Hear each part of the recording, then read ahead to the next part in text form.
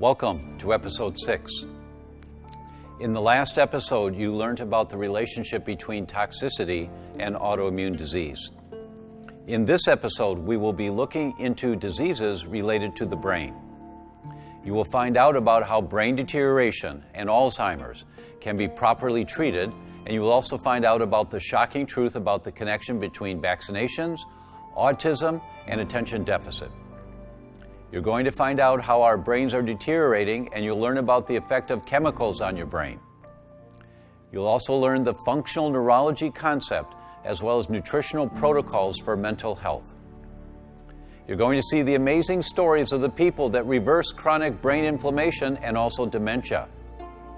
The reality is, finding the solution to brain degeneration is critical to help address more than 1,000 diseases and disorders that cause hardship for almost 1 billion families worldwide and many billions of dollars in medical expenses and lost productivity.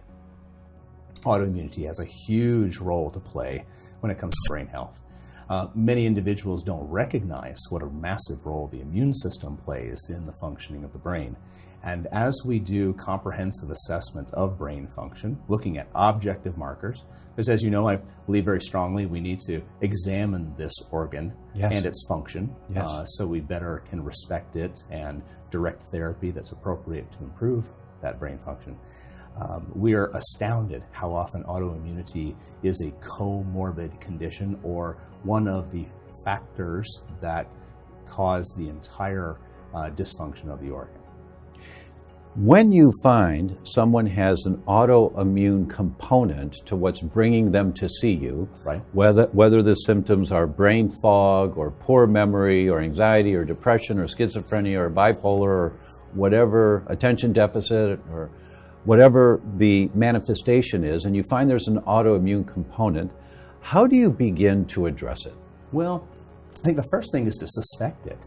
You know, that's really the biggest challenge, frankly, is that many clinicians don't think that brain autoimmune, but many of our degenerative conditions, Alzheimer's disease, Parkinson's disease, multiple sclerosis, lupus, and even the less well-defined entities like brain fog and confusion, we even see some import into depression, anxiety, and functional disorders like attention have a partial contribution from autoimmunity. So the first thing is to think about it and to recognize, wow, this is an area where I can have an influence. I can potentially change the trajectory of my health.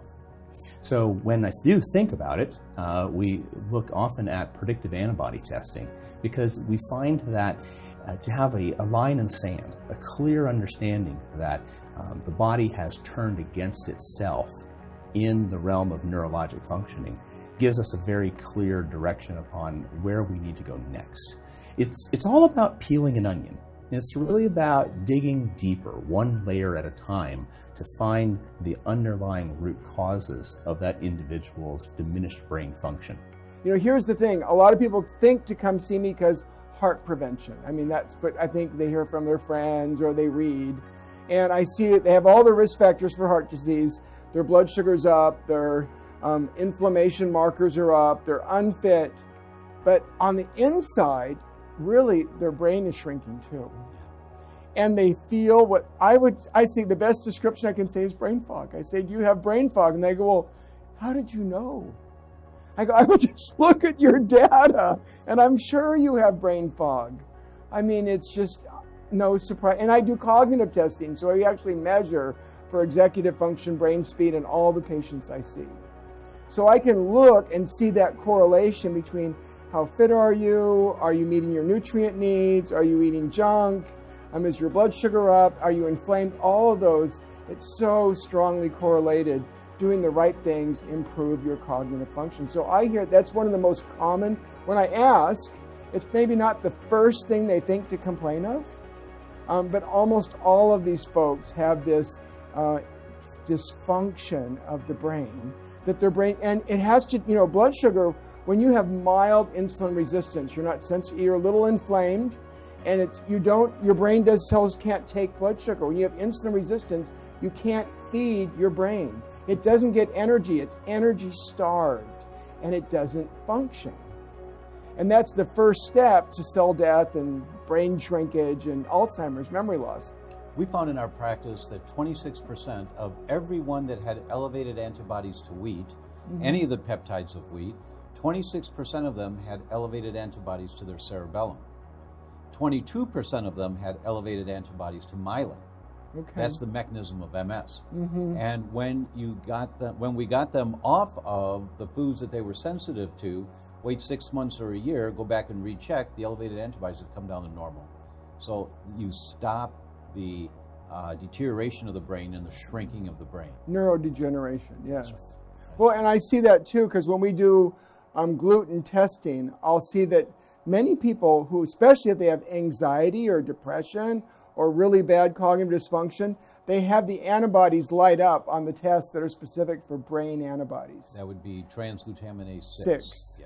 Yes. There you go. They just transglutaminase 6. They just light up. Yeah, that's remarkable. And then applying the lifestyle principles that you are recommending, it takes just a couple of weeks, and then people start seeing the changes. Within a month. Wow. I mean, honestly, 2 weeks better, but by 30 days, it's inspirational. To hear them, the challenge is getting to do it. When I hold up my magic wand, I say, this thing, I could touch you with it, that won't be enough. You actually have to follow the plan. If you follow the plan, the magic wand really works. So when neurons die, they die, okay? All these new research on what they call neurogenesis isn't dead neurons coming back to life. What neurogenesis is that existing neurons can branch over dead ones into new ones, and then function can come back. Oh, very cool. So there is a point of no return. And unfortunately, when people are scared about neurodegeneration, they sometimes don't want to go to their doctor or work with someone to identify their focus issues or their attention issues and their memory issues and those things. And then what they've really missed is the opportunity to actually do something about it.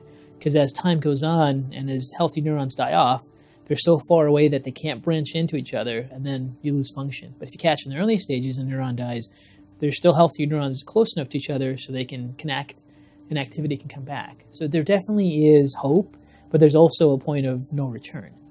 Now, what's the scariest thing is when people actually lose their blood-brain barrier and have immune chemical reactivity, and then these chemicals start to interact with cells in the brain called glial cells. That then can turn on this autoimmune reaction against the brain. So around our brain, we have this wall of blood vessels and immune cells called the blood-brain barrier.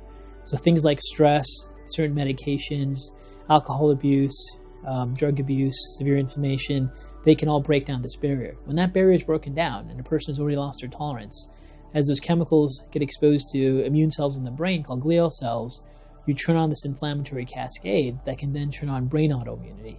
And once they develop brain autoimmunity and they have reactions to chemicals, literally their chemical exposure could cause brain inflammation. Which will accelerate the brain deterioration much more quickly. So your blood-brain barrier, think of it kind of like, tell me if this is correct, kind of like the webbing inside a football helmet. Right. That if you just put the helmet on, it's a hard shell that bounces around, but you have this protective barrier that's really tight and not much can get through there. Right. So that's the key thing. And we even see traumatic brain injuries have shown to break down the blood-brain barrier within the first 2 hours. So even these small hits to the head that people are playing in high school sports. Like headbutts in soccer? Yeah. Or being tackled in football, the head trauma that they get? Right. So some of these mild head traumas break down the blood-brain barrier. Now, if they have that in a combination of other things, maybe it was the right chemical exposure, maybe their immune tolerance was weak. Maybe, here's an example, the right set of events happened. They didn't get much sleep. They consumed alcohol. Then they got a head trauma. Maybe a mild one. Maybe they bumped their head. That combination and sequence could be what triggers something devastating for some people. So this is what we're learning, that everyone's uniquely different, but it's how these things all add up that makes sometimes the clinical impact. Mm-hmm. But a lot of people that have brain autoimmunity, as soon as they get exposed to it, they lose brain function. They can't think. They can't concentrate. They get brain fog. So where their immune attack is can sometimes be a clue from how they feel. But the fact is you would know if you're reactive to these chemicals for the most part, if it's progressed, because you feel a certain way around it. What people do is they just ignore it. Or they think everyone reacts to gasoline the same way, and then they think that's okay. but they don't realize that those constant little exposures to plastic bottles and coffee lids and benzene ring fumes, if they're lost their tolerance, can be devastating. If you think of what symptoms could occur, say in the brain or nervous system, if there's an overload of mercury, common symptoms are anxiety disorders, depression, and so brain symptoms. Yeah, the Mad Hatter. The Mad Hatter. We know that term, the Mad Hatter. Yeah. And for those that don't know, it was in the 1800s, I believe, that the men that made hats for the gentlemen of society, these big hats, they would dip the hats in liquid mercury. Isn't that correct? Right. Fur hats. Fur hats. Yeah, so they would put the mercury in the fur hats to make it a better color, I think. And what happened for those people making the hats is their brain function got altered. They became highly anxious, sometimes a little schizophrenic, Yeah. and the term became for that profession Mad Hatters. Yeah. And that's where the Mad term as a came. hatter. And it's a mercury toxicity that caused that. Like we know for landscape workers that they have a much higher risk of Parkinson's disease because the chemicals they're exposed to tend to cause damage in the area of the brain where Parkinson's develops. Now, of course, not everybody who is exposed to mercury develops Mad Hatter syndrome or, chronic pain, chronic fatigue, gut problems, hormonal dysregulation, because a lot depends on how we are designed for detoxification. I worked with a lot of early onset Parkinson's patients, and the vast majority of these people had just been diagnosed and they hadn't yet started to take any medication. And as you well know, and all the doctors listening to this know, when people are first diagnosed with Parkinson's, there's a hesitation to recommend the Parkinson's drugs because the drugs only work for a certain period of time, then they start to make people worse. And so the motivation is always to delay the beginning of the use of the medications for Parkinson's as long as possible. And interestingly enough, too, during this maybe 5-6 year period, most of these Parkinson's patients were doctors themselves, which is interesting. So, someone with really good medical training understands that these medications are a slippery slope and they try to, put that off as long as possible. And I'm sure this is not always true of Parkinson's, but I think with many early onset cases, there's a very strong toxicity component. And there's either heavy metals or chemicals or some kind of a neurotoxin that's damaging the dopamine centers of the brain. And it's never as simple as just detoxifying the person and then they get better, but that's a really essential component for most of these neurological conditions. I just read a paper, relates to this, I just read a paper that Parkinson's patients consistently, for years before they have symptoms, they're highly constipated. For years beforehand. And so it's in the gut, and there's something out of balance in the gut, which is consistent with your saying about toxicity, and it accumulates there in the gut. And they looked at the amount of antibiotics that they had, and with the higher, if it was one dose of antibiotics in the last, I think it was 10 years, in the last decade before symptoms began, their Parkinson's would progress at a certain pace. If it was 2 doses of antibiotics, it would progress faster at 3 and 4. And you saw this curve of how quickly they would degenerate depending on how many prescriptions for antibiotics they had during the time that they were constipated. That's fascinating, isn't it? It really is. So it's back to toxicity in the gut and detoxing and breaking things down. Yeah. Please continue. Yeah. And I think one of the dynamics that happens is that toxins that are generated from the gut or environmental toxins that we get from breathing and from eating food that's toxic or from our dental work, wherever it may come from, accumulate. And many of these toxins go right into the brain tissue, past all the normal protective mechanisms that we have with these layers of fat. Many of these are toxins that are very easy for them to penetrate fat tissue. They hit the dopamine-related neurons, and the neurons basically implode, right? It's just like, it's like blowing up a building. That brain cell is gone. And we see this pretty consistently with Parkinson's patients. Now, the interesting thing, though, is that if you can get a person in the earlier stages, like the patient I'm thinking about, this woman, we'll call her Stephanie, in the earlier stages of the diagnosis, maybe like a year in, then I think functional medicine can really shine. If we can test and correct the gut dysbiosis, infections, et cetera, that are going on there, and especially, clear out all the liver pathways, and even in some cases do amino acid programs to help balance the brain, we've seen really dramatic improvements. When I came out in practice in 1980, the number of children with autism was somewhere, and I don't remember the exact number, but it was over 1 out of every 4,000. Now, the most recent numbers I've heard is 1 out of 63. Is that consistent with what you've heard in terms of the numbers of children with autism? They're looking at old data, so the actual numbers may in fact be higher than that currently, but because when they assess them, they're looking back at data that's old. So it's definitely a growing problem. And higher than 1 in 63? Well, the actual rate, it very well could be higher than 1 in 63. That's coming into epidemic. Mm-hmm. That's beyond being a problem for a few. What bothers me is that health authorities seem to be ignoring this in terms of the seriousness, because kids with autism aren't just quirky, and have a little bit of social deficit. Often they have profound immune and brain dysfunction. They're in chronic pain. I've heard the stories from many, many parents that it is not just a benign disorder of quirky behavior, which is what public authorities, health authorities are trying to portray it as now. And they're also trying to portray that it always existed and that we just are doing a better job diagnosing it. But one of the studies that was done looked at 3 possible diagnoses that could have been substituted for autism, or two other ones, cerebral palsy, or muscular dystrophy, or mental retardation. And they looked at data going back, I believe, 20 or 30 years, and they found that children who were diagnosed with muscular dystrophy and mental retardation often had complications at birth, whereas children who were later diagnosed with autism had normal births.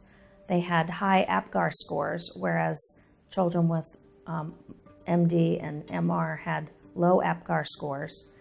They had, children with autism had a male-female ratio of 4:1, whereas children with muscular dystrophy and mental retardation, it was a 50-50 split.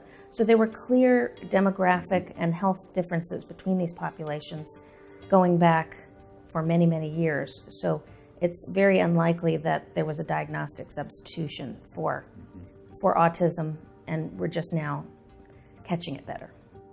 I was working with a little girl. She was on the autistic spectrum, and she was 7 years old, named Rebecca, and she's a twin. And her brother is neurotypical, which means not on the autistic spectrum. And her mom brought her into me because Rebecca was really worried because she was still wearing pull-up pants because she was peeing and pooing in her unusually, she was incontinent every single day. And then her mom talked with me for a while without Rebecca in the room, and she said, I know that that's her main concern, but my main concern is that she's a terror. She's in school, she's badly behaved, she'll go up to somebody else's desk and she'll just go like this and wipe everything off their desk. When she comes home, she terrorizes the rest of the family, and her behavior is just horrible. All we did, I referred her to her physician, and I wanted different kinds of testing, and the physician refused to do all of it. But all we did was I put her on what we call the comprehensive elimination diet. And that diet consists of fruits and vegetables and non-gluten containing grains, fish, poultry, herbs and spices, water, mineral water with a little bit of juice in it, some oils, some ghee, maybe a little bit of butter. And within 2 weeks, her behavior had calmed down. Because I actually lie to my clients and I say, we're going to do this for 2 weeks. Let's just see how you do. because I know that if I say we're going to do this for 3 months, they're not going to be able to wrap their heads around it. But for 2 weeks, they can really jump in. They can do it almost 100%. So they did that 100%.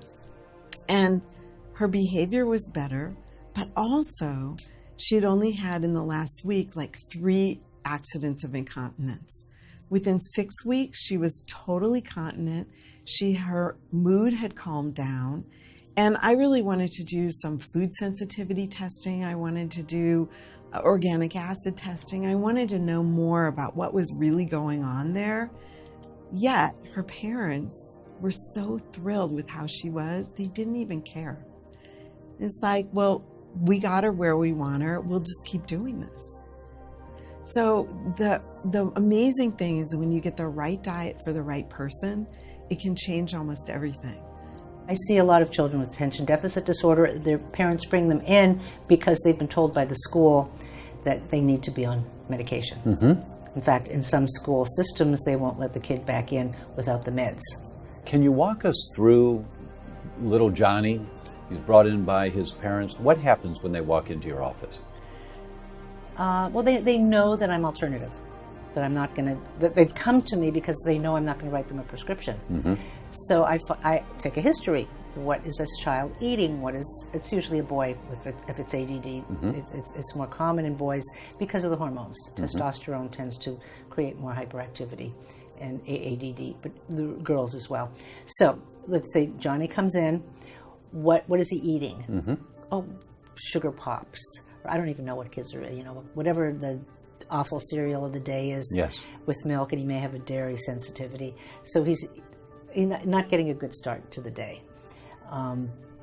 Playing video games, not playing outside enough, although there's a lot of pollution out there. But nonetheless, getting exercise, yes. Socialization, interaction with others, these are all the things that kids need. The other thing is, by the way, who said little boys are supposed to sit in school all day? If you look at successful creative people and you go back to their childhood, they were ADD, mm-hmm. ADHD, mm-hmm. problem kids. What were they? They were being kids. They were being boys. Mm-hmm. They were expressing themselves. So what happens to these boys when they're brought into you? Well, you see, my job is to help them conform, which is kind of scary. I mean, I think they should be in a different kind of school, but there aren't many schools that do that, and the public school system is what it is, so we have to adapt. And still, some of these kids do have what's called reward deficiency syndrome, low dopamine. Either they're producing an inadequate amount of dopamine, or their dopamine receptors aren't as active. There are not as many of them. And usually the father was that way, and if I take a history, and I look for a history of alcoholism, ADD, depression, anxiety. I really look for that kind of history, gambling, bipolar illness. A lot of that's related. Mm-hmm. So it all has to do with the neurotransmitter system, particularly dopamine. So when I've taken my history, I may or may not do lab tests. With kids, I'm less likely to do lab tests right off the bat. But I prescribe a healthy diet. Take out the junk, take out the sugar, take out the white flour, take all the white stuff away. Mm-hmm. Start to eat whole foods. Recommending a good protein breakfast, eggs,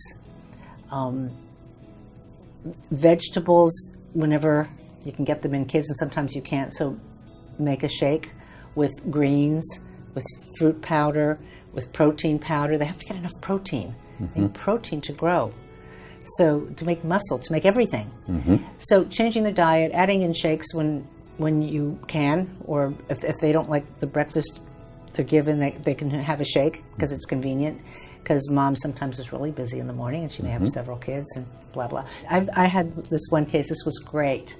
A woman came to me, she said, I don't know what to do. The school wants me to put my son on, he's 12 years old, they want me to put him on meds. I don't believe in them. What can I do?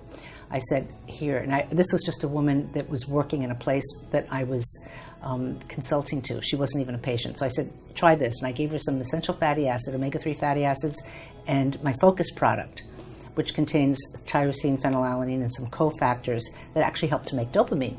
So I gave it to her, and I said, take 2 Focus in the morning and 2 of the Super EPA, which is my fish oil. Mm-hmm. So that's what she did, and I saw her a month later, and she said, it's amazing. He said, what's so good is that when she went back to school and spoke to the teacher said, see, I was right. He needed to be on medication. He's doing great. End of story. That is really end of story. Yes. Because he did do very well. Oh, just doing marvelous. that. Because she was giving him a fairly decent diet, but he did have that reward deficiency. Yeah, it's really marvelous. Yeah. So functional neurology is basically a modality where you're trying to improve brain function. So whether you improve brain function through exercise, whether you improve brain function through rehabilitation, like eye movements, whether you do balance exercises, whether you do dietary nutritional interventions to decrease brain inflammation, whether you try to do nutritional interventions to increase neurotransmitter activity, or those are nerve hormones. Yeah, nerve hormones. So all the different variables we know that can try to improve brain function is really under the world of functional neurology. So a lot of people don't realize that they have early signs of brain degeneration. A lot of people don't know that the chronic symptoms are really because of the failing brain health. So functional neurology really fits that spot between someone starting to have early brain degeneration and symptoms and doing interventions to change that around and get them to function before they develop a disease like Parkinson's or dementia, right? So there's always a transition through it, but functional neurology serves that whole where there's a need for people to get identified for their early presentation of degenerative changes in their brain and then try things so they can reverse or slow down the progression into disease. So, for example, someone could start to notice that their memory is not what they used to be, that they have to write down everything when they go to the grocery store, that they get lost and have to use a navigation system, that their balance is becoming poor, right? Well, wait, isn't that just part of getting old? Well, like at 35 or 40? No, that's neurodegeneration. I know, I'm making a joke because so many of us say, oh, I'm getting old, I can't remember anymore. Really? How old are you? Well, I'm 35. Right. No, that's not supposed to happen. Right, and I think that's a good point because that's the cop-out answer. The cop-out is, oh, you have those symptoms because you're getting older. Right. But you can get older and have improved brain function, right? So you see some of these brilliant professors, they're 70, 80, and their brain is sharp as can be, and they're still doing things and they're still active. They've actually become more efficient with their brain as they've gotten older, right? So they have what they call plasticity. Those neurons have connected and stayed healthy throughout their life. How does plastic have something to do with brain function when you say plasticity? That's like plastic? Oh, so in the world of neurology, they use the word plasticity, meaning that the brain can change, that the brain can mold like plastic. So it's adaptable. It's adaptable. There's new research in the whole realm of neuroplasticity, that in the opportunity to begin to think differently and relate to our life differently actually has a fundamental effect on every organ system that goes on. So we know that there's an interrelationship between the psycho-mind, neuro-brain, immunology system. This work has been studied from Candace Pert and before for 30, 40 years and is an extension of Cellier's work on stress. You know, and Bruce McEwen talks about it, and it's connected to our memories and our emotions. So how fascinating is it that the brain, that what drives the whole axis of psychoneuroimmunology is our memories and our emotions. Yes. And if we actually have different emotional context of our memories that go on, we have the ability to change our immune system, to change it. Yes. Now, this isn't to say it's your mind's fault. It's a practice, it's a story, it's a pattern. So how do we begin to change that story? Yes. So I think of last week, and I'm really frustrated. Something has hit me that, you know, someone said some things, and I was just red and angry and beside myself. And I was at the Cleveland Clinic, and it was time. I was going to go get some lunch, and I go to eat, to get some food, and I was kind of nasty to the person because I was carrying this. And then I saw myself, and I looked around, and it's like, there's food, there's sunlight, there's people, I'm alive, I have the opportunity, there's so much to have gratitude for. Yes. You know, and then all of a sudden everything shifts. Autoimmunity, we're attacking ourselves. Let's stop attacking ourselves. Yes. And it's not about a blame. Oh, you're attacking yourself. Stop doing this. All in your head. Right. But we have this opportunity. And so we look at the body, we look at the mind, we look at the spirit, all these pieces together. And we have great tools now to recognize early when changes are happening. And we've got great tools as functional medicine practitioners and others to begin to make the change. And bringing all these elements together is where healing happens. One of the things I realized was that when it came to brain, it was an area where many patients didn't really have any options. And a lot of them suffering really had early signs of brain degeneration, or had a traumatic brain injury, or there were children that were having developmental delays so their brain wasn't developing in the right stages. And it's such a profound impact on families and loved ones. And it's one of these things where it can be dramatically changed if you just do some interventions. So it's very easy to get very excited about functional neurology, because you can really help so many people that don't usually get help by it. It's an area where both alternative and even the conventional medicine have really not jumped on top of, right? They really haven't really looked at how to make the brain reconnect through activation. There's some general nutritional guidelines for brain, but there's so much more that people can do. And is it, as my experience was here today, that with most of the exercises that people can see changes relatively quickly? Right. So for example, and for brain, it's really simple. Whatever you're bad at is your brain exercise. So if you have bad balance, you work on your balance. If you have bad with numbers, you start doing numbers. So that's really the premise of trying to reactivate the brain and make it reconnect. The areas that you have inability to perform, or the actions you can't do as well, isn't because of a personality issue. It's because those areas of the brain are not integrating and working properly, right?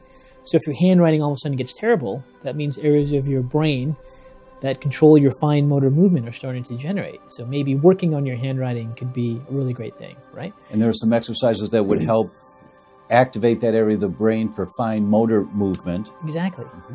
Right, and it could just be the simple task that they're not doing well. Mm-hmm. And what people usually do is, well, I'm not good at this, so I'm going to totally avoid it. Yeah. I'm not good with numbers, so just have someone else do it for me. But they don't realize when they act that way, they're only promoting their degeneration faster, right? Yeah. So you really want to do things that you're becoming worse at or losing function in, and trying to keep those areas of the brain healthy. So that's the easiest way. Someone that's just listening doesn't have someone to examine them and give them some specific therapies, can really look at things that can dramatically help themselves just by being more observant. I work with parents of children who are at risk of going on psychiatric meds, working with them with diet, nutrients, and lifestyle to how to avoid doing the psychiatric meds. And have you seen transformations happen when people take the right protocols? Absolutely. Absolutely. What's that look like? What happens? I'll tell it from a personal standpoint. My son has been working with a protocol, a nutrient protocol, where he has gone from taking one very, very strong psychiatric med to a much lesser one of less potency, I suppose you could say. And he is on a nutrient protocol where he is now present. That may be difficult to understand for people, but sometimes when you're on a psychiatric med, you are zoned out, not quite all here. And now on the nutrients, he's very here, he's very present, he's very capable.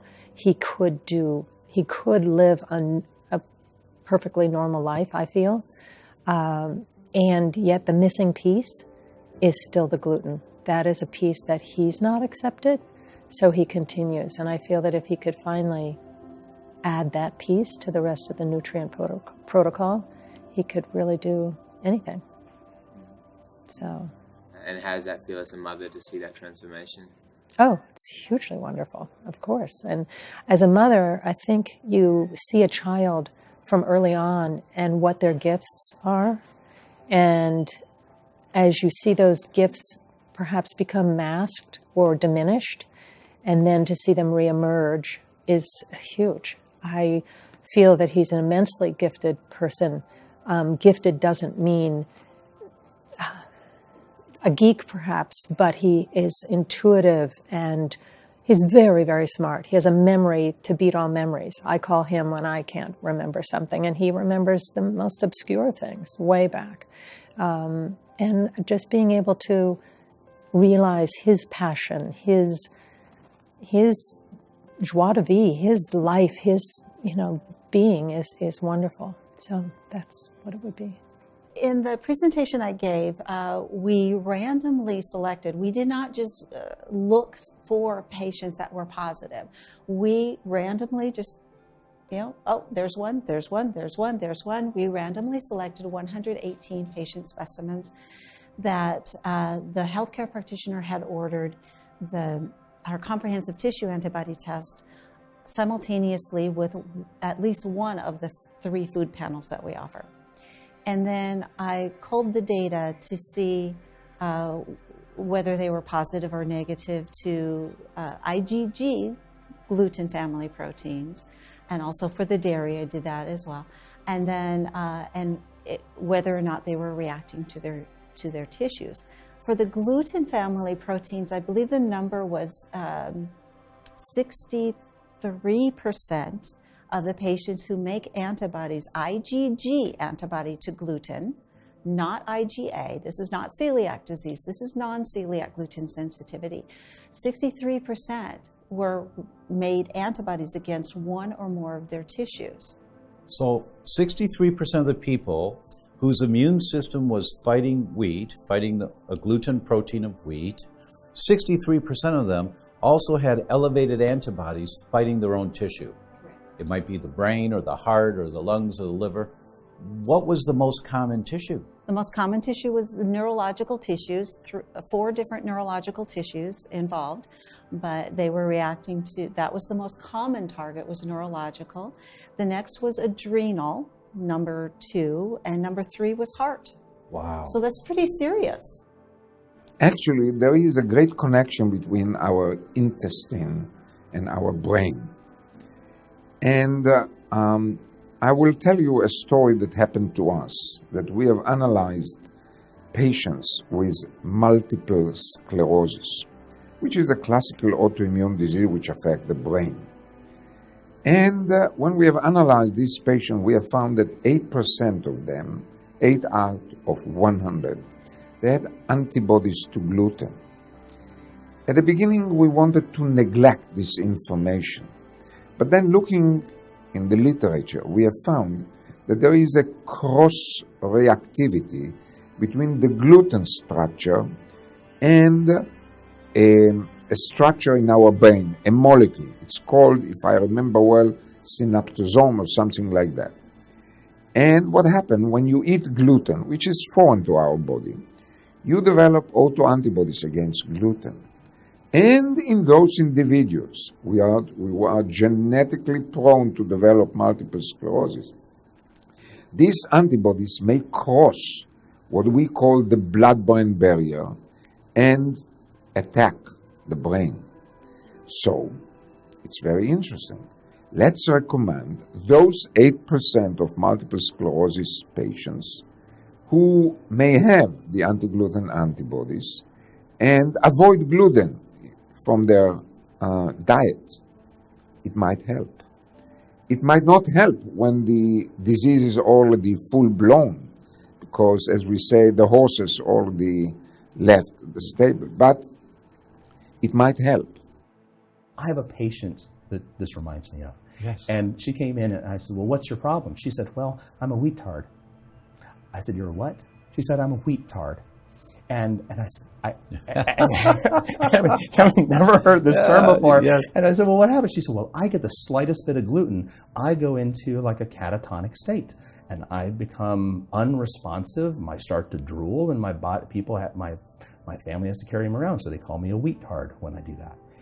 And I was like, you've got to be kidding me. And until I saw her mother and her husband and everybody, oh yeah, this is real.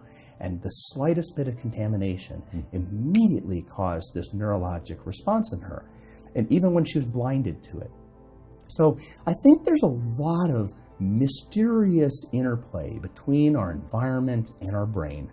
And certainly much of this seems to have a connection with our immune function. We're not sure how sensitive she is, because she monitors her world as closely as any celiac disease patient should. Mm-hmm. And so her ability to be well in the rest of her life depends entirely upon her actions now, because this is not just a symptom. this is a symptom of neurodegeneration for her. And that's where people have to recognize that symptoms matter. Symptoms are early warning signs that there's damage happening. And when these are neurologic symptoms, you don't mess with it. Right. Because this is your brain. Your brain determines your quality of life. If you lose neurologic capacity, by definition, you are less of who you could be. One of the things we know is that with certain autoimmune diseases, there are certain proteins the immune system attacks. So with people that have something called neuromyelitis optica, where they have inflammation against their pathways of their vision. So the wires that come to the eye to help see, right. The nerves that come to the eye. So there's a receptor there called aquaporin, and it's this receptor that allows fluids to cross, hence the name aquaporin. But there's foods that have aquaporin proteins too, like soy and tomato and spinach. In the world of immunology, there's a concept of molecular mimicry or cross-reactivity where each of these proteins get broken down to what are called amino acids, and there's a sequence of them. And if the sequence of them is similar enough, then the immune system can react to that food and make those antibodies, but those antibodies can then attach to the same protein in our body. So the analogy I like to use for people is if you think of proteins like a brick wall, and all the bricks are the same size, but they might be different colors, and there's different designs on how the wall looks. And when our digestion is supposed to break down each brick of the brick wall, and those go into the bloodstream as amino acids. But with gluten as an example, we can't break down that protein completely, so we break it into clumps of the brick wall. Right. And some of the clumps of the brick wall can be 6 or 8 amino acids or more that look identical to some of our own tissue. Right. And so when the body makes the antibodies to the gluten, the 6 or 8 bricks, and those antibodies are going through the bloodstream looking for the 6 or 8 bricks of gluten, they see the aquaporin channels in the eye, in this example, and they start making the antibodies against the aquaporin in the eye. Exactly. That's cross-reactivity? That's cross-reactivity. And so you said spinach and tomato and what else? Soy. And soy. Yeah, those are the major ones. So people, for that target tissue only, mm-hmm. for aquaporin-associated autoimmunity.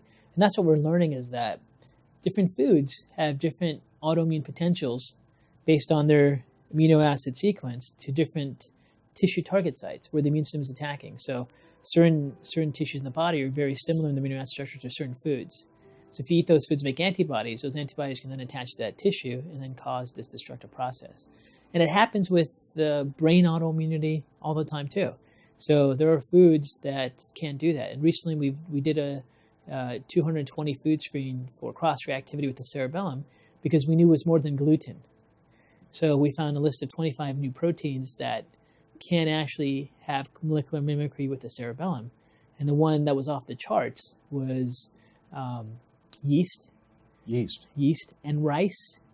Which many people eat on a gluten-free diet. Wow. So we know that certain people that have, for example, gluten-based neurodegeneration or autoimmunity called gluten ataxia, mm-hmm. they may go gluten-free but still get exposed to the rice and still have a reaction. Right. And even things like peanut butter peanuts were cross-reactive to that tissue. So as time expands and people start doing more research, we'll be able to pinpoint certain food proteins that are triggers to areas of the brain. So as background information, bread contains a number of components. Wheat has a number of components, not just the gluten proteins. There are the lectin proteins, and those are called wheat germ agglutinins. There are the wheat amylase trypsin inhibitors. There are the gluteomorphins. There are families of proteins in wheat, not just gluten. And what you're referring to is one of those other proteins of wheat, the wheat germ agglutinins. And 76% of people that had elevated antibodies to wheat germ agglutinins also had elevated antibodies to their own tissue. And it's a different mechanism. It's not because it looks similar to the food that the immune system was attacking, but rather the wheat germ agglutinin grabs onto your brain tissue or your blood vessel tissue, and then your body is trying to destroy the wheat germ agglutinin, but the collateral damage on the cell damages the brain tissue or the heart tissue or whatever it should be. What else did you notice in your studies on this? Well, again, in all three of the food groups that were included, the number one target was the nervous system tissues. And that includes myelin basic protein, MS. That's the target in MS. Cerebellum. Do you want gluten ataxia? Do you want cerebellar ataxia? No, you don't. You want to be able to walk erect and without canes or anything like that. Let's just talk about what ataxia is, because that's a term that we've heard in interviews here. How do you define ataxia? I don't really have a definition of ataxia. Ataxia it's a movement disorder where your cerebellum isn't sending the signals correctly, and so you're unable to send those signals to make your legs work properly. Right, so you can't walk. Just like if your brain doesn't work well, you think, oh, I'm getting older, I don't remember the way I used to. It can be just a mild annoyance, or it can be very severe, you don't remember anything, and you have Alzheimer's, right? It could be anywhere on that spectrum. As I understand ataxia, it's the same way. How many elders can dance up and down the stairs? Then not many, because they've lost the connection from the brain to the muscles, that not lost it completely, but it's diminished, so they're always cautious about walking. They're always cautious about losing their balance or falling. That's a form of ataxia in a very mild level. And the severe is when they really can hardly walk at all, and they, as you say, they wander or wave back and forth. So anyone that notices that they're having to grab a rail when they're walking downstairs, you might want to consider being checked to see if you have elevated antibodies to your cerebellum, that it's so commonly a culprit for seniors these days. When you see your child turn the corner to more wellness, you'll realize that the quest here or the efforts that you make are well worth it. There comes a moment when they truly are healthier and grounded and able to form their own thoughts better or apply themselves in school or with life, whatever that is. And that's, I think, our ultimate goal as a parent anyway, is to help them realize their gifts. And that's the most important thing. You believe that we need to help them find their gifts, find their voice? Absolutely. I don't think children are ours, so to speak. I think that they sort of come through us, whether it's even in an adoption or as a birth child, and that's basically our role, is to help them realize their gifts and help them go out from us to be the best person they can be in the world. And you know what it's like to see somebody robbed of their ability to just experience and appreciate their own gifts. That's the biggest heartbreak to me, is not being able to experience their gifts. It's not right. It's very not right. And I think the hardest part as a parent is fighting the good fight, in essence, against the world, because so many other people don't understand it. So many people will say to me, oh, everybody says it's a 20-80 principle. There you can have gluten 20% of the time, and if you're good 80% of the time, it's good. That's the general thinking. Well, it's absolutely not. It has to be 100% of the time. And so vigilant that you're making sure everything is gluten-free, and when you go to a restaurant that you're taking the special enzymes to enable you to bypass the little tiny bit of gluten that's in a food that you might eat. Have you seen rheumatoid arthritis patients come in for emotional or cognitive complaints? They're coming into me for that. They're coming into me for their psychiatry consultation. Yes. They have the rheumatologist. Yes. I said, well, what else do you have going on? Oh, and I'm looking at their hands, and yes. Their hands do not look very good. They look like they have rheumatoid arthritis. Oh, yeah, well, I'm seeing the rheumatologist. I said, well, would you consider, let's look at your diet. Let's, again, test whatever. And it works to actually remove the offending foods, treat the way I treat, which is a functional medicine approach to rheumatoid arthritis, they came to me with depression. Yes. And you'd say, oh, well, yeah, they're depressed. Let's help them adjust to their life situation. No, the depression went away. I mean, this happens. When I say a case study, there's more than one case where this has happened. Yes. And people come in with all kinds of really difficult issues, Crohn's disease.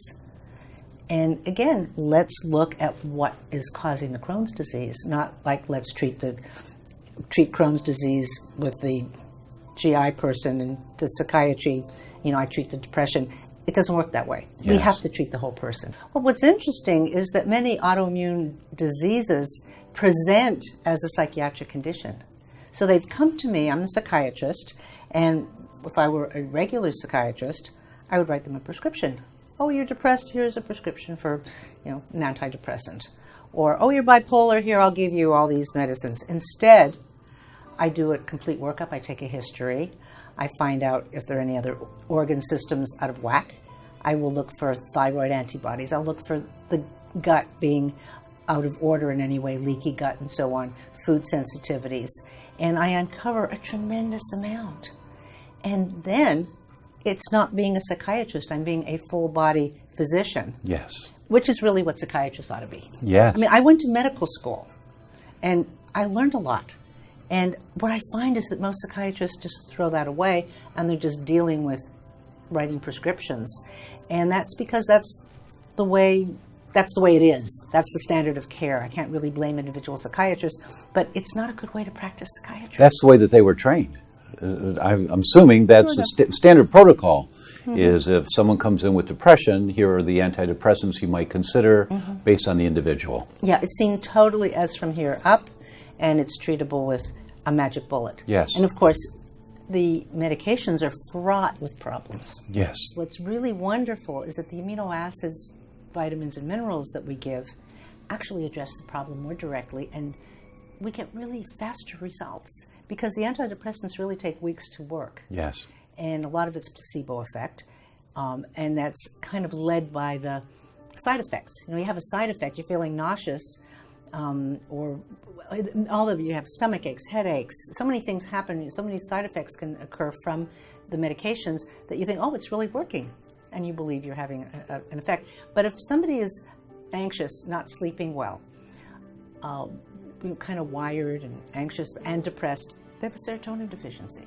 So what do? I give them 5-hydroxytryptophan or tryptophan with some cofactors like B vitamins, particularly B6. Give them some magnesium because that chills you out too, and it's also good for depression. So giving these things, these amino acids and other nutrients in the right amounts and building it up, you can build them up pretty quickly. It works. Yes. They feel better. So I don't have to turn to medication much of the time. And people that are really, really, if they're seriously manic, they're going to go to a hospital, and they'll be treated there, unfortunately. And I've had to take people off of meds after they've gone in the hospital, been put on very high doses of medication. They come out like zombies, and then I have to do the work of helping them to gradually get off the medication, well, as quickly as I can. But you can't get off medication quickly because it causes other problems. And autoimmune disease is so important of a condition to address this. Yeah. Because you think about the root cause, the root thing with autoimmune disease is body attacking self, right? Yes. And what I've found is there's a lot of patients with autoimmunity that have poor self-worth, or they are sabotaging their own health, not knowingly, not meaningfully, because they are afraid to be their best self. Oof. Or they're afraid. I can tell you personally, Tom, when I think about the gut diseases, Crohn's disease, I suffered with that. Yes. A lot of it is fear-based. Yeah. I feel like I'm on the other side of that, but if I look back at myself at 25, I had a whole lot of fear. I had fear of success. I had fear of everything. I lived in fear, and as I conquered that and overcame, the gut is the center. You talk about a gut feeling, or we're nervous, we feel it in the gut. Yes. The gut-brain connection is so powerful, and when we have fear or anger or any of these emotions that are harmful, and we lack the hope, it can cause disease. It can cause autoimmunity. Yes. Wow. So wait a second. Louise L. Hay and yes. Yeah. Okay. Yes. Feel what you can feel, or yeah. So one of the things that she talks about is, being at home, right? Feeling at peace with who you are. And she's always doing these affirmations to remind people, bring it back to loving the self. Yeah. And what I'm hearing you say is people doubt themselves, people have fear. You had fear in your condition. You think it was a contributor. So it's as if you're not comfortable with your own self, you accept your own self, it's almost like you're sabotaging yourself, which that's exactly what the immune system is doing. Yes, yes. There's something about the self that it's not comfortable with, and therefore it attacks it. That's interesting. We're on two different levels with this. Yeah. And then if we go into what you're talking about with science, right? You're saying, I love the science facts.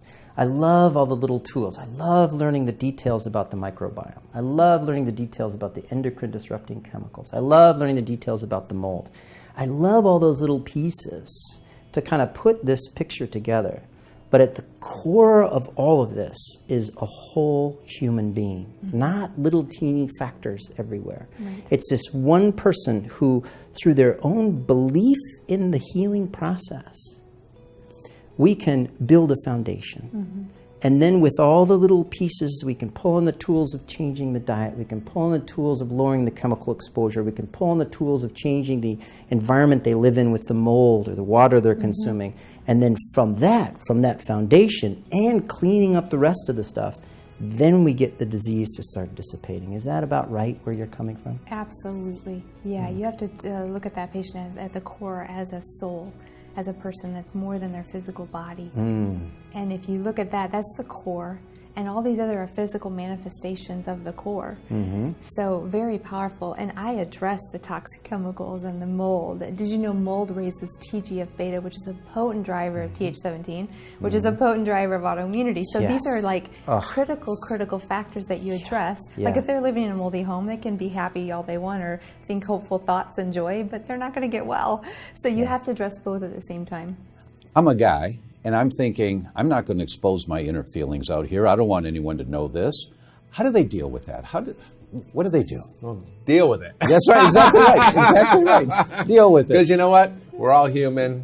We all suffer. We all have feelings. That's and if we break down those barriers and we start to share and connect with each other, we realize we're all the same. Yeah. And there's nothing to hide. We feel safer like this in life, and I'm exaggerating, but that's what we're doing, and we might close our chests off in life. But I'm going to suggest take this on 20 minutes a day, write down, just journal, and then if you're concerned, burn it so that no one ever sees it, right? That's a good strategy. You have a little pot outside in your backyard and stick it in there. There you go. I remember the story of Abraham Lincoln during the war, that his generals that were complaining about each other one-on-one with Lincoln, and he said, write down exactly the letter about how bad a person this is. Write it down right now. Sit down. Write it down. And he made him write it down. And they said, now, burn it. Now go talk to that guy, right? And so get it out, let go of it, and then get rid of it if you're concerned about being exposed. Right? But still, they're doing the exercise. They're starting to let down of the emotional breaks that they've got. To allow yourself to feel in your heart, what am I feeling? Does this feel like there's truth in what is emerging for me?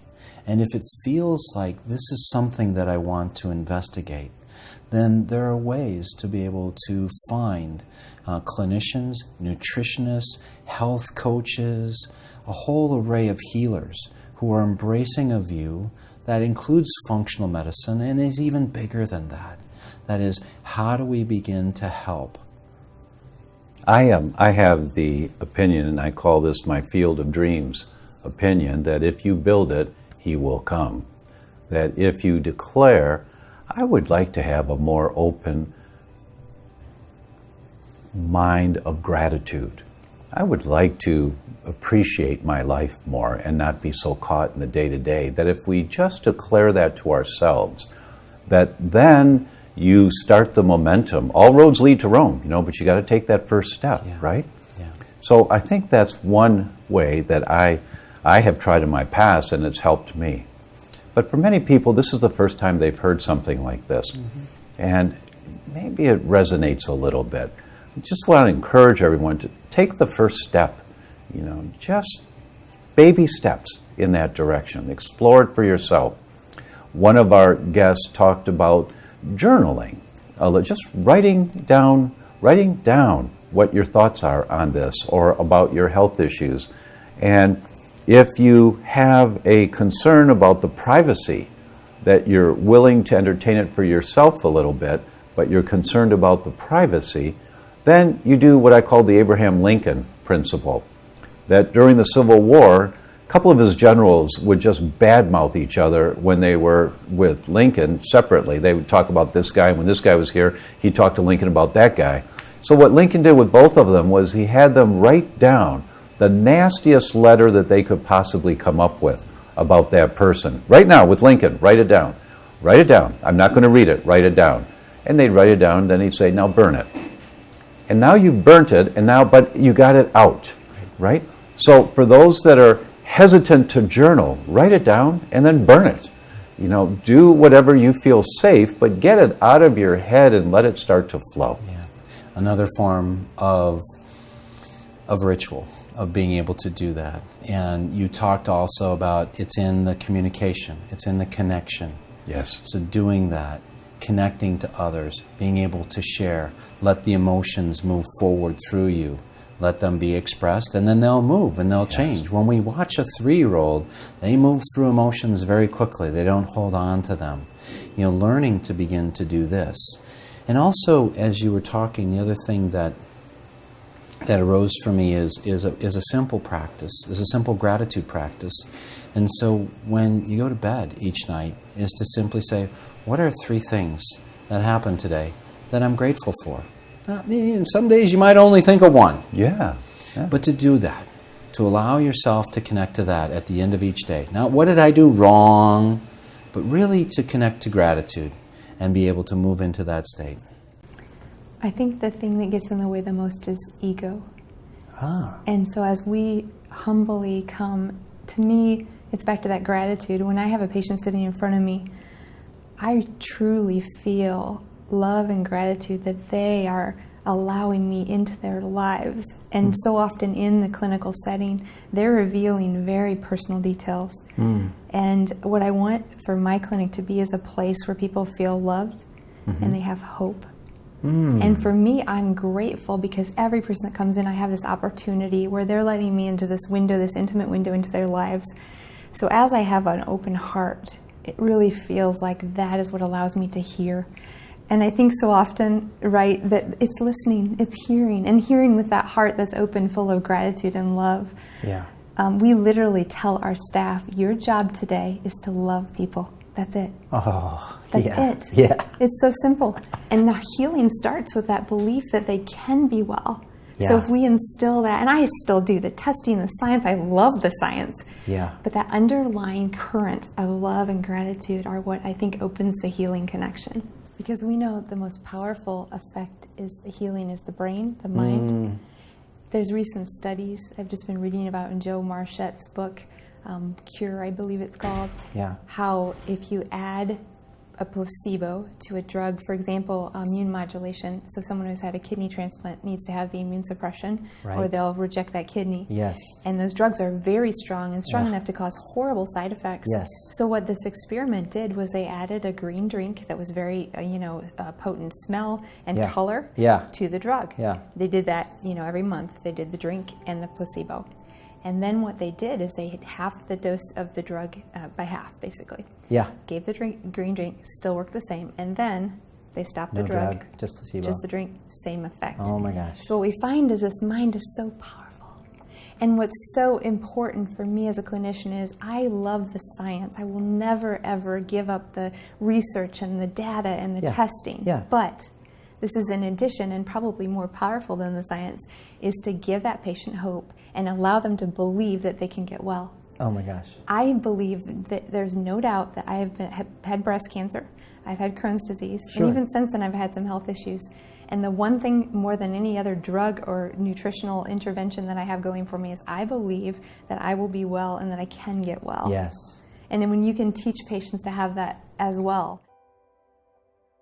We have been looking at vaccine ingredients and vaccine preparations because in my own research as a mom, I discovered that certain vaccines and certain vaccine ingredients had not been tested as rigorously as they ought to have been. I went to an FDA meeting where the question was asked, where are the safety studies on aluminum? It's in many vaccines that children are receiving today, and aluminum has the potential to be neurotoxic as well as impact the immune system. That means the brain, toxicity to the brain. Yes, right? Yes. And we've certainly seen a rise in all kinds of disorders in children affecting their cognitive function and motor skills and social function.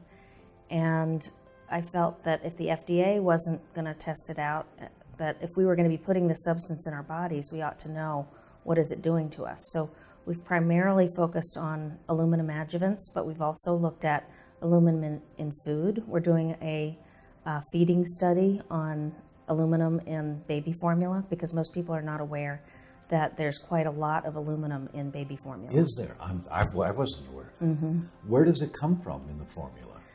We're not certain. The manufacturers say it's an artifact of the packaging, but many of the ingredients are assembled from foreign countries. This ingredient may come from China, this one may come from another country, and there's not really a lot of quality control, so it's unknown what they might be adding. And aluminum can be used as an emulsifier to make it so that powders will mix easier and not clump. So we believe that it's possible it's being added to a constituent ingredient before it is formulated for that purpose.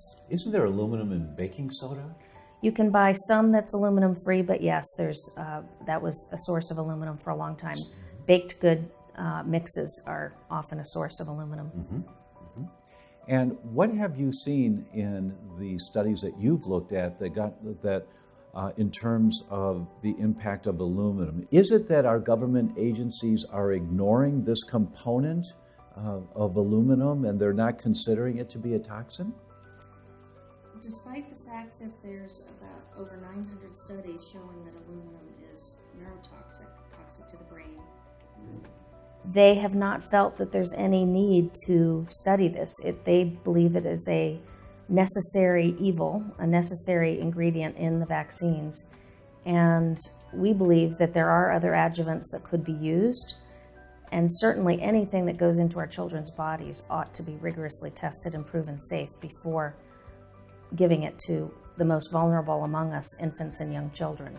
I believe that there were limited and inherent risks to vaccines, but I believe that those risks were well calculated and that the benefits certainly outweighed the risks of, and that serious harm was not possible.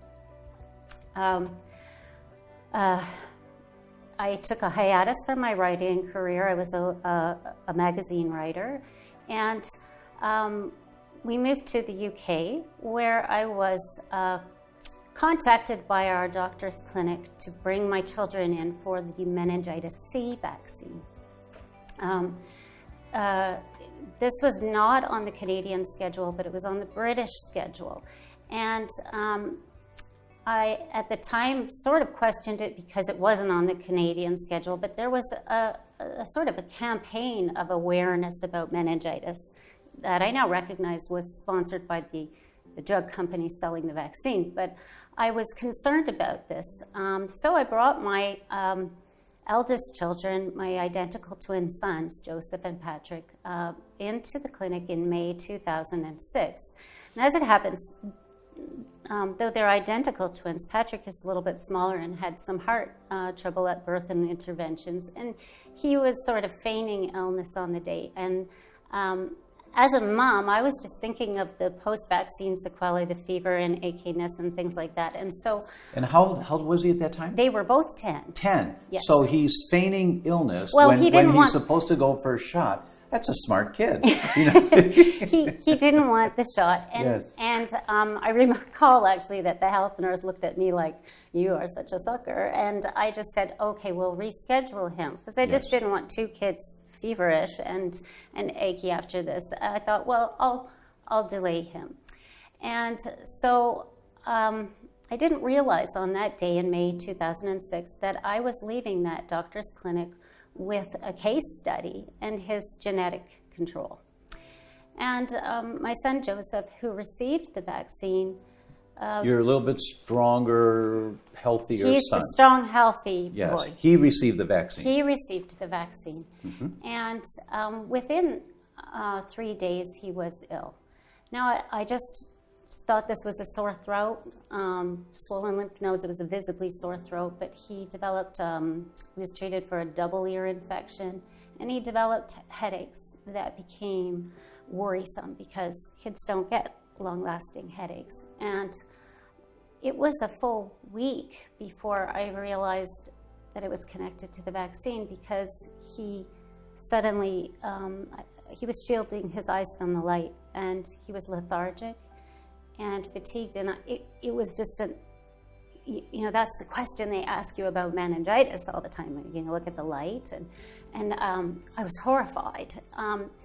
And then began a lot of doctors' visits over months because of these persistent symptoms. And what these symptoms were: headache, fatigue, joint pain, light sensitivity. And the most worrisome things for me as a parent to see were the psychiatric symptoms. Those were absolutely terrifying because he was hand-wringing. I woke in the night to find him walking downstairs alone in the night, a 10-year-old. He was sleeping through the night for years and suddenly was unable to sleep. And a little boy who had gone from a joyful, robust, happy-go-lucky, sanguine kid to suddenly listless. The school calling me to bring him home from school. He was asleep on his desk. And depressed child. It was crushing. It was absolutely crushing. And what was the second most horrifying thing was that the medical people we were dealing with, doctor after doctor, was completely blind to the connection with the vaccine. An injection, you know, hours before the onset of illness. The Asia syndrome comes to put under one umbrella many of the things that we have talked today, and especially those diseases, autoimmune conditions, which are induced by adjuvants. And adjuvants, in this respect, refer to those substances which ignite, accelerate, and stimulate the immune system. And as I mentioned before, in those who are prone to develop autoimmune disease because of the genetically hyperactive immune system, will develop autoimmune disease. So ASIA means autoimmune syndromes, all the 80 different autoimmune diseases, induced by adjuvants. And it refers to those diseases and those individuals in which some vaccines, which contains the adjuvants, will induce the autoimmune disease. The idea of describing and giving criteria of diagnosis to this syndrome was to attract the attention to their existence, because still we are brainwashed with the idea that vaccines are always innocent. They cannot cause autoimmune diseases. Still, I'm not against vaccine. I'm a pro-vaccine. But we, the physicians, should be aware that in some individuals, if it is in a close proximity and it has the plausible mechanism that we have discussed, they can cause it. Eventually, a pediatrician scanned his brain for plaques that are associated with acute disseminated encephalomyelitis. It was the first time I had heard about ADEM as a parent. And ADEM, I learned, was a known and documented risk of an adverse event associated with virtually every vaccine. But was something I had never heard of, having given all of my children vaccines. And I was horrified that parents are not informed of these these known risks that are associated with vaccines, and known serious risks associated with these are neurological consequences that can put a kid in a wheelchair for life. It's a precursor to multiple sclerosis, perhaps. I then also discovered, autoimmunity, and that was an absolutely terrifying concept to me, because we have this incredible immune system. I mean, this vast and complicated network that is so sophisticated. This is the most sophisticated national defense system in the world. Yes. And this can train on your child, on a part of your child. And that concept to me was new and completely horrifying, because it was the first time that I put this together with vaccination in the context of ADEM. And of course, as I began to research into the particular vaccine, I was uncovering incredible things. That vaccine had been, as a journalist, I was looking at this, just saying, there was 4 out of the 5 doctors who approved the vaccine, was reported by the Observer a few years earlier, had been in the pay of the drug companies. It was reported in the Independent a few years earlier that the manufacturing plant producing it had been sanctioned for egregious violations of safety, although it continued to produce this vaccine. Wow. A child had died following the vaccine. A 13-year-old boy had dropped dead on the soccer field 2 days after the vaccine, and there was not another word about it in the press. And as a journalist, as an investigative journalist, an award-winning investigative journalist, I was looking at it and saying, where's the spotlight team on this story? Yes. The acquiescence of the media in this, their silence, speaks to larger forces at work. Yes. In this. And not only that, but that legislation is now passed that if there's a side effect to a vaccine, the person can't go back and sue the manufacturer of the vaccine. Absolutely. Yes. That's how powerful yes. the movement is to keep this quiet. Yes. Many of the vaccines may work, but if the benefit does not outweigh the risk, then we should rethink and re-envision how we implement our mass vaccination system. We need to do a better job of figuring out who is most at risk and who may be most at need for the vaccines versus which populations may not need as many. In many countries, vaccines are optional, but in the United States, they're mandated. And so parents have more choice in many countries around the world. Why don't United States children have more choice? Mm-hmm. And despite the fact that they have choice, we're not seeing rampant epidemics of diseases the way we are made to believe that we would have them if we had choice. And in part of my research, I reviewed vaccine policies from countries all over the world, and I found almost all countries only recommended the hepatitis B vaccine if the mother tested positive. So they were using wise, medical care in treating, and caring for these children and trying to protect them. Whereas we're giving it across the board and not even taking into account who is getting harmed. We're not counting. We're not looking for the harm. Yes. And we just need to do a much better job of doing rigorous science before we make these recommendations, because it's more than just the toxic ingredients. It's the culture mediums. There are vaccines cultured on insect culture. What happens if some of the insect proteins end up in the vaccine preparation and you're injected with a vaccine that might cross-react with after you get a bug bite? These are things that are all unknown, and we need to do a better job of rigorously testing and proving safe.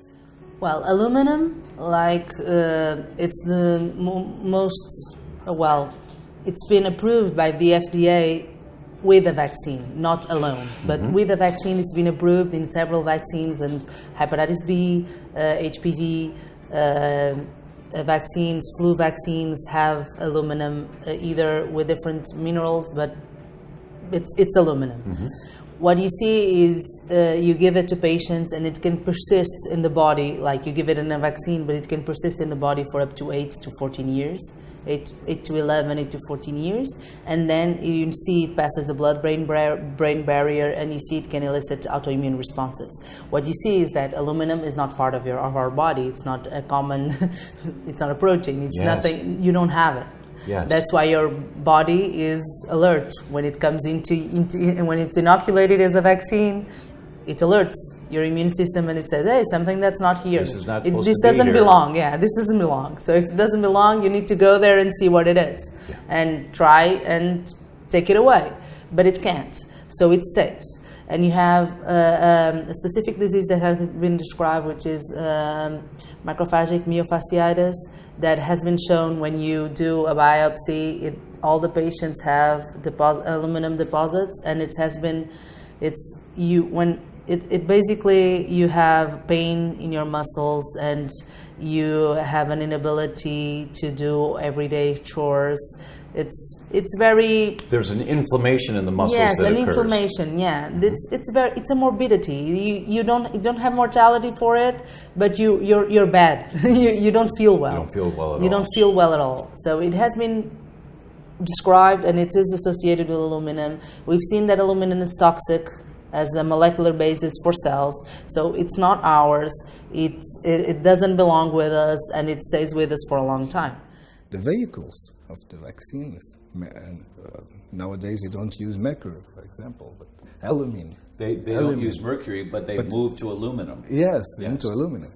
This is a problem also, because you are putting strange things that our immune system don't recognize. And they can achieve a lot of aggressive inflammatory response to the muscle, to the joints, to the kidney. That is the Asia syndrome. The Asia syndrome. And we have to be aware of that, and to be aware to not to vaccinate some kind of patients. You have to be the balance and the risk of vaccination those patients. How do we evaluate the people or the children who might be more sensitive to the components inside the vaccination? I really don't know. Yeah, that's a big question nowadays, isn't it? Yes. So if there's a family history of autoimmune diseases, might that be suggestive? Yes. I think we are having more problems with some vaccines you are not given in the childhood. Not the vaccines of the tetanus, the diphtheria, yellow fever, and things like that. You are given in the national programs you give. There is no much problem, because most of them are going to be done in the first, second year of life with an immature immune system. The inflammatory response will not be so big, so aggressive. Some fever and some rash. Not more than that. But in adults, there is a different problem.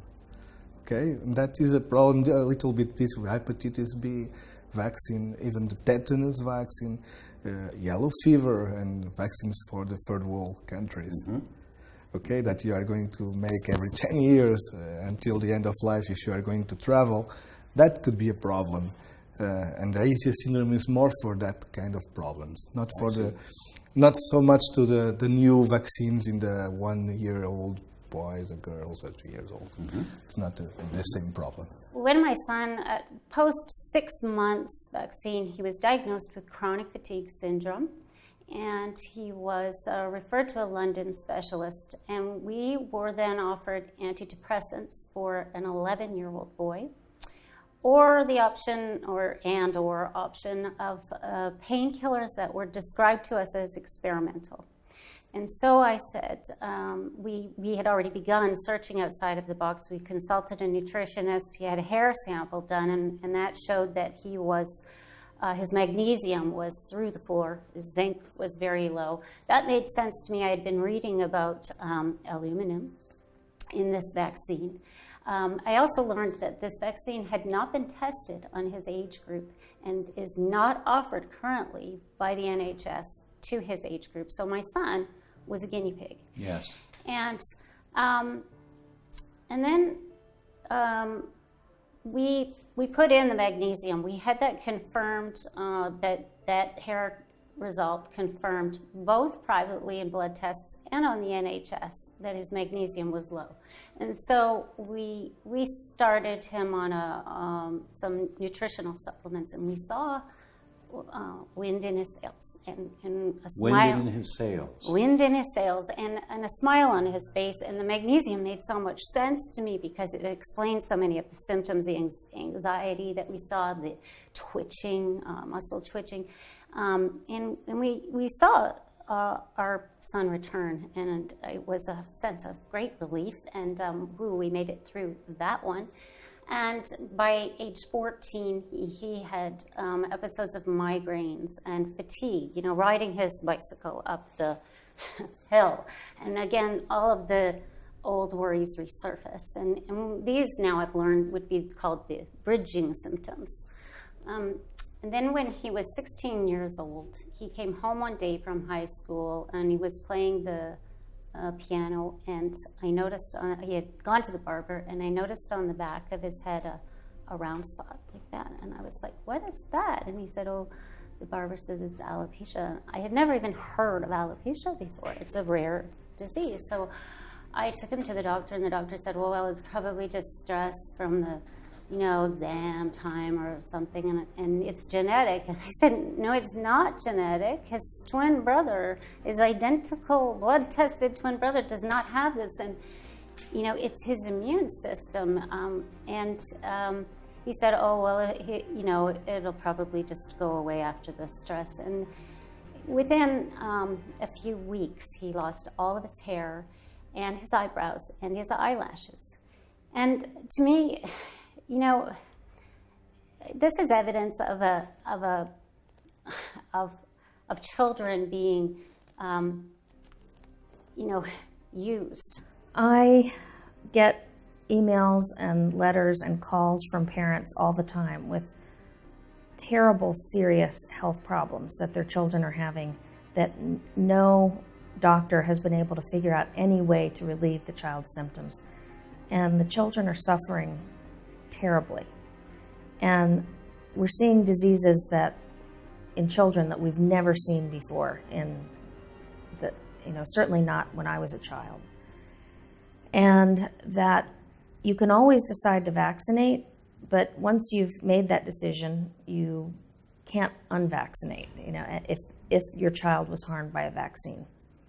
So it's really important to do your research, to be aware of what the signs are of an adverse reaction, and that if your child is reacting, to get appropriate medical care, and to do your research and make wise choices. I think there's a lot of choice that's up to parents that they may not realize, and that they should take advantage of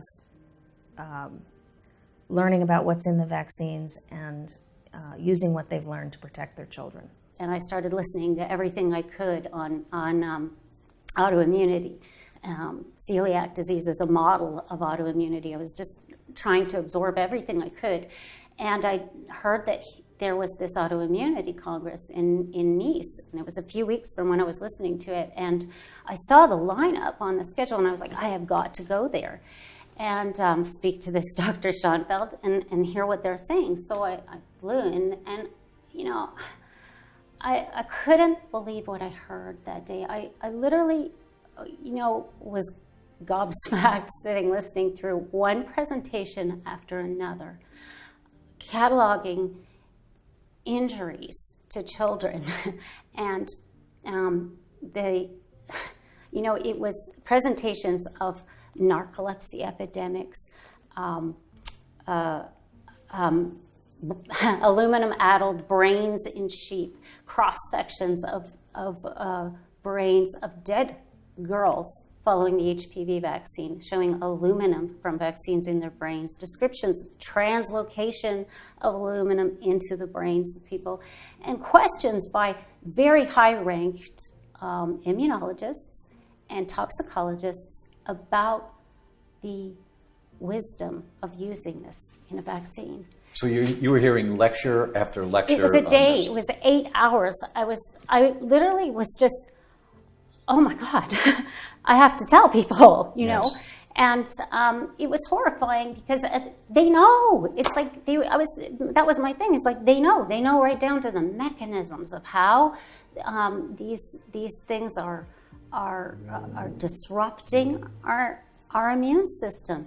That when we put in xenobiotics, external things, toxins, we can lose immune tolerance. We can go from having an immune system that recognizes self as self to one that is going around like a Vietnam vet firing on everything. Yes. And in the case of my son, I was dismayed that mainstream medicine just did not see this. They don't see an injured immune system. So they don't look, you know, they're not looking at it. They don't look, they don't think about it. You can't see the immune system. And, you know, my objective now is to inform parents, is to attend events like this and when I can and give them the lowdown on what's happening, because there is a wide gulf between what parents are told by the public health regulatory agencies about vaccines and about what's being said here by top immunologists. And parents have a right to know that, to make informed consent decisions for themselves and their children. And without information, you cannot make informed consent. And an adequate risk assessment. I would highly encourage everybody to watch this series on autoimmunity. There's a very good chance that you will learn something new, and it may actually even change your life. So I hope you'll take the time to do that. Today we can see that proper care of mental health can incredibly help with the healing of the autoimmune disease epidemic, even as simple as avoiding gluten. If you're struggling with symptoms such as depression or anxiety, it is so important not to hide anything inside. Instead, talk to someone who's been trained properly, such as a functional medicine doctor, who can walk you through and find true emotional healing. Also, consider the dangers of vaccination and make sure that you do your research properly before you come to any conclusions. Tomorrow we have a wonderful treat. We have a whole episode dedicated to autoimmune disease survivor stories. Come and watch the struggles of the people with autoimmune disease and their journey to healing. See you then.